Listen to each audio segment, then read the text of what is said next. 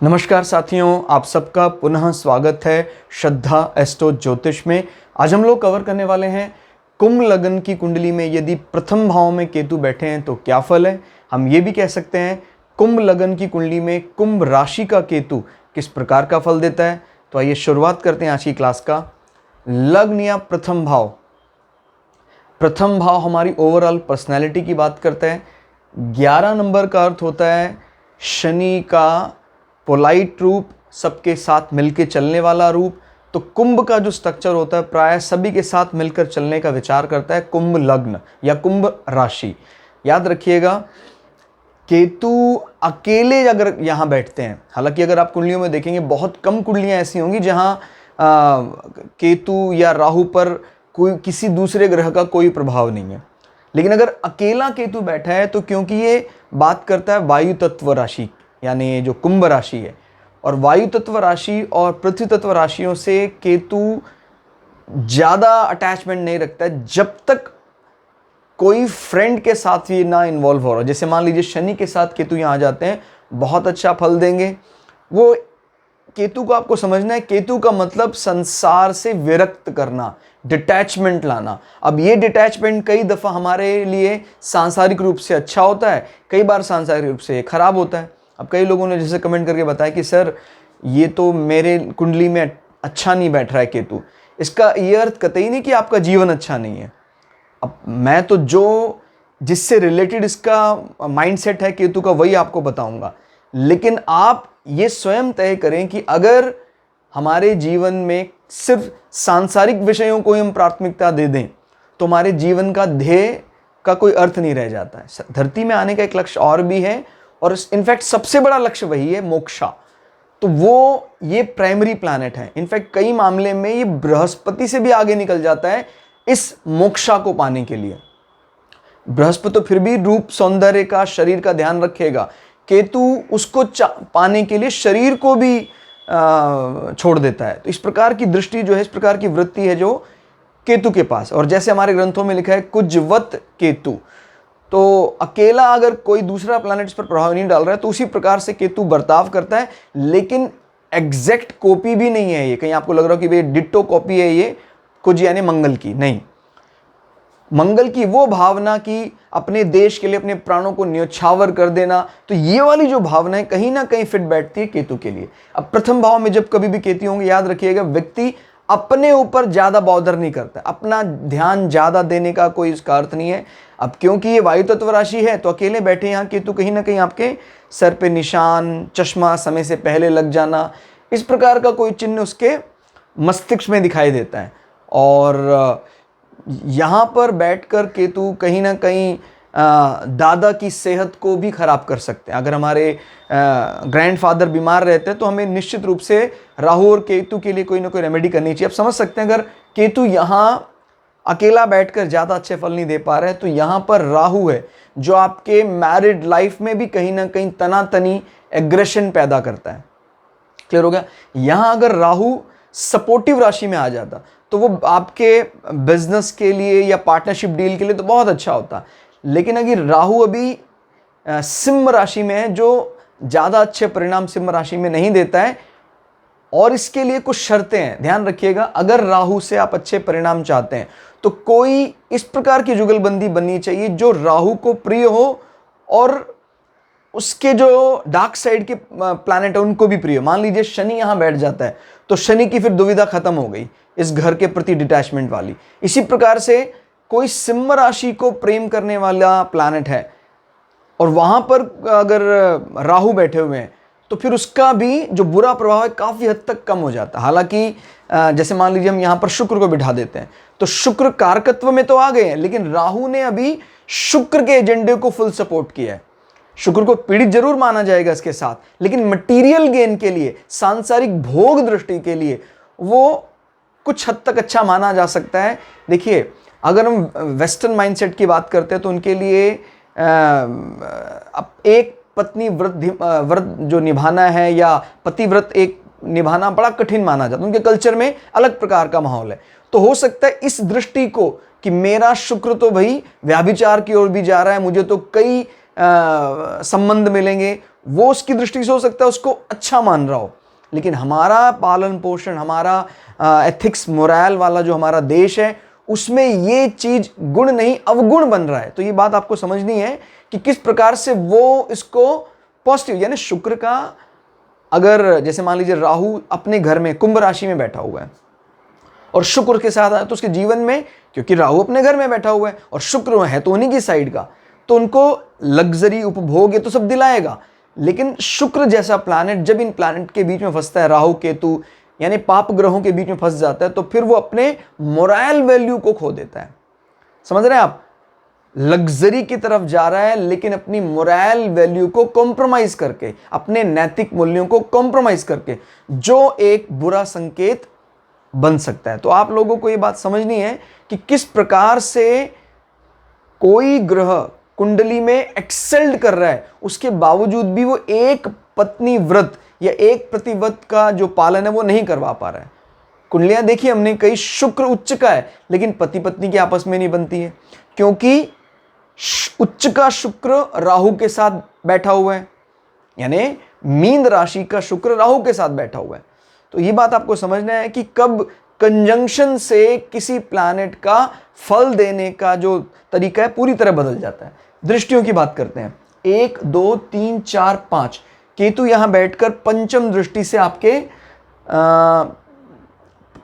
विद्या भाव को, आपके संतान भाव को देख रहे हैं। तो शुरुआत में, क्योंकि ये भी एक वायु तत्व राशि है, मिथुन राशि, तो शुरुआत में पठन पाठन में काफ़ी दिक्कतें हो सकती हैं। काउंसलिंग में आपको सीट अलॉट होने में बड़ी दिक्कत आई, कोर्स कौन सा तय करना है इसमें बड़ी दिक्कत आती है जब कभी राशि का सपोर्ट नहीं मिलता है। और क्या कह सकते हैं, संतान में डिले हो सकता है और संतान के प्रति अनिच्छा हो सकती है कि भाई संतान क्या करना है। अगर संतान हो भी जाती है तो उससे डिटैचमेंट। अब संतान होगी इसकी पुष्टि के लिए देखिए बुध कहाँ है, इस घर का मालिक मान लीजिए उच्च का होकर ठीक डिग्री में यहां बैठ जाता है, तो संतान तो होगी लेकिन वो संतान जातक के प्रति ज्यादा अटैचमेंट नहीं रखेगी। अभी बुध भी बहुत कमजोर स्थिति में है, कोई और शुभ ग्रह की दृष्टि नहीं पड़ रही है, केतु की दृष्टि पड़ रही है, तो वो संतान की इच्छा त्याग देता है। क्लियर हो गया? ये भाव क्योंकि रोमांस को भी बताता है, और केतु जैसा प्लैनेट जब डिटैचमेंट लाता हो नेगेटिवली, तो वो आदमी अपने जीवन में ये प्रेम और रोमांस के प्रति भी एक दूरी बन जाती है। उसको निश्चित समय पर जीवन में प्रेम प्राप्तियां नहीं होती हैं। हालांकि ये आपके अकेले बैठकर अध्ययन करने को बढ़ावा देता है, क्योंकि केतु का काम है दुनिया से विरक्त हो जाना। तो ये आप जब अपने कॉलेज कोर्स के लिए पढ़ाई करना चाहते हैं तो वो आपको अच्छा समय, अकेला समय प्रदान करेगा, लेकिन उसका सांसारिक दृष्टि से कोई खास फायदा नहीं है। कारण क्योंकि पंचम भाव अगर कहीं कमजोर बनता है तो डिग्री सर्टिफिकेशन में डिले हो सकता है। आपको जो डिग्री समय पर मिलनी थी वो किसी कारण से नहीं मिल पा रही, यानी मेहनत पढ़ाई में हो रही है, केतु आपको समय दे रहा है, लेकिन केतु के इस राशि को सपोर्ट ना करने के कारण आपको डिग्री सर्टिफिकेशन कोर्सेज का सही फायदा नहीं मिल पा रहा है। पंचम भाव पाचन तंत्र को भी बताता है, तो ये पाचन में कहीं ना कहीं समस्याएं खड़ी कर सकता है, आपके खाने पचने में दिक्कत आ सकती है। आगे बढ़े तो 5 6 7 यहां राहु बैठे होंगे, 8 9, तो नौवीं दृष्टि से केतु आपके नवम भाव को देख रहे हैं। नवम भाव हमारे पिता का होता है। इस जातक के पिता का स्वभाव शुक्र के 7 नंबर से प्रभावित है। 7 नंबर यानी प्रेम भी है, साथ साथ एक फॉर्मल लव की बात करता है, यानी ज्यादा जेंटल है तुला राशि। और जेंटल इन द सेंस यानी वो सही और गलत का निर्णय करता है, आंख बंद करके प्रेम करने पर विश्वास नहीं करता है, ज्यादा कैलकुलेटिव कह सकते हैं आप। जैसे मान लीजिए दोनों ही शुक्र की राशि हैं, ये भी शुक्र की राशि है और ये भी शुक्र की राशि है, लेकिन कभी कभी प्रेम के लिए ज्यादा जाना जाता है 2 नंबर, ये ज्यादा कैलकुलेटिव नहीं है इस मामले में, लेकिन तुला राशि उससे ज्यादा कैलकुलेटिव है। क्लियर हो गया? तो आपके पिता का स्वभाव ऐसा ही है, सबसे प्रसन्नता से बात करते हैं, लेकिन उसके बारे में उसका जो उनकी जांच भी रखते हैं, वो वाला एंगल भी तुला राशि के पास है, क्योंकि कालपुरुष की कुंडली में बिजनेस को भी बताता है, व्यापार दृष्टि भी बताता है। अब केतु की दृष्टि यहां आ गई, अकेले केतु की दृष्टि का फल मैं बता रहा हूं आपको। याद रखिएगा, अगर यहां शनि बैठे हैं, शुक्र बैठे हैं, तो फिर केतु सिर्फ शुक्र, शनि या बुध को ही देखता है, फिर वो हाउस को नहीं देखता है, फिर उस प्लैनेट को पूरी तरह से बल देने का कार्य करता है। तो अगर अकेले केतु यहां दृष्टि डाल रहे हैं तो पिता का स्वभाव जातक और पिता के बीच में दूरी का काम कर सकता है। हो सकता है कुछ बातें जातक को पिता की पसंद ना हो, इसलिए दूरी बन, लेकिन कोई जंग या लड़ाई झगड़े की बात केतु के एजेंडे में नहीं है। कोई और प्लैनेट बैठा है तो बात अलग है, नहीं तो केतु दूरी जरूर बनाएगा, लेकिन झगड़ा फिजिकली के लिए तो बिल्कुल केतु नहीं जाना जाता। अकेले केतु अगर किसी भी हाउस में बैठा है डिटैच कर देगा, लेकिन कुछ बहुत ज़्यादा गलत शब्दों का इस्तेमाल या फिजिकल हार्म वो केतु के एजेंडे में कहीं शामिल नहीं है। क्लियर हो गया? और क्या कह सकते हैं, आपकी धार्मिक इमेज को ठेस पहुंचना। लोग ये कह सकते हैं यार ये तुम कुछ मानते ही नहीं है धर्म को, धर्म परायण नहीं है ये, इस प्रकार का। और घर के जो बुजुर्ग लोग हैं वो आपसे नाराज रह सकते हैं अगर ये हाउस पीड़ित होता है। इसको आप यहाँ से भी देख सकते हैं कि आपके जंघा वाला, जांग वाला पार्ट, जो थाई वाला हिस्सा है, वहाँ कुछ ना कुछ तकलीफ रह सकती है। लेग पिट्स में आपको कोई ना कोई दाद, खाज, खुजली होने की संभावना यहाँ से दिखाई देती है। तो कुल मिला के देखा जाए, केतु को जब कभी भी किसी वायु तत्व राशि में बैठना है तो उसको अपने प्लैनेट, अपने दोस्त का इंतजार है, आइदर शनि, शुक्र, बुध। नहीं तो अकेला बैठा केतु वायु तत्व राशियों में बहुत अच्छे परिणाम नहीं देता है सांसारिक दृष्टि से। हालांकि हमारे शास्त्रों में साफ साफ लिखा है, जो भी हमारी कुंडली में फल निश्चित है वो हमारे लिए दी बेस्ट है, वो किसी और ने नहीं बनाया, वो हमने बनाया। तो ये बात हमेशा अपने दिमाग में याद रखें।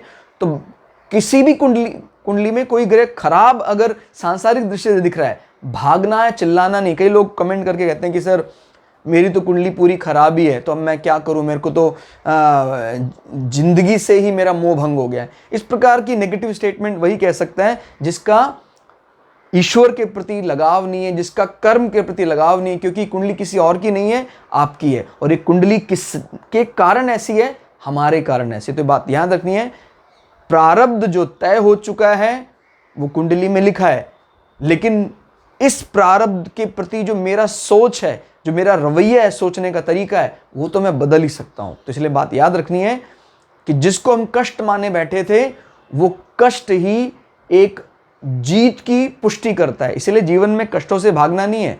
मैं आपको पहले ही बता चुका हूं कि जीवन में कहते हैं सन, जो सन का सन यानी सूर्य का पुत्र जो है शनि, वो परिचायक किसका माना जाता है, जीवन में दुख का। लेकिन आप समझ सकते हैं कौन से दुख की बात कर रहा है।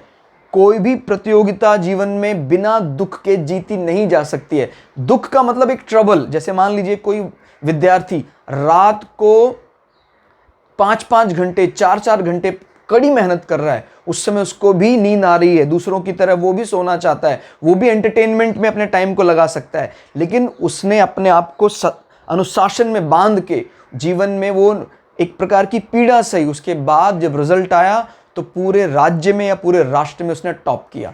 तो बात समझिएगा, शनि ही वो प्लैनेट है जिस प्रकार के ट्रबल देने के बाद आपको महान ख्याति दे सकता है। इसलिए इस प्रवृत्ति से भागना नहीं है। और जो भी इस प्रवृत्ति से भागता है, कुंडली उठा के देख लीजिए, जो भी कामचोर लोग होंगे उनकी कुंडली में शनि कमजोर ही मिलेगा। और अगर आप कामचोर हैं तो उसका अर्थ यह है कि आप कुछ भी रेमेडी कर लो, शनि ठीक होने वाला नहीं है। अपना काम दूसरे पर लाद देते हैं और कहते हैं कि सर मुझे कोई उपचार बता दो, मैं जादू टोना कर लूं। याद रखिए, ये कोई जादू टोना काम नहीं आएगा जब तक आप खुद की रिस्पॉन्सिबिलिटी नहीं लेते हैं, खुद वहन नहीं करते हैं। अपना काम स्वयं करने की आदत डालना ही शनि को प्रसन्न करने का सबसे बड़ा तरीका है।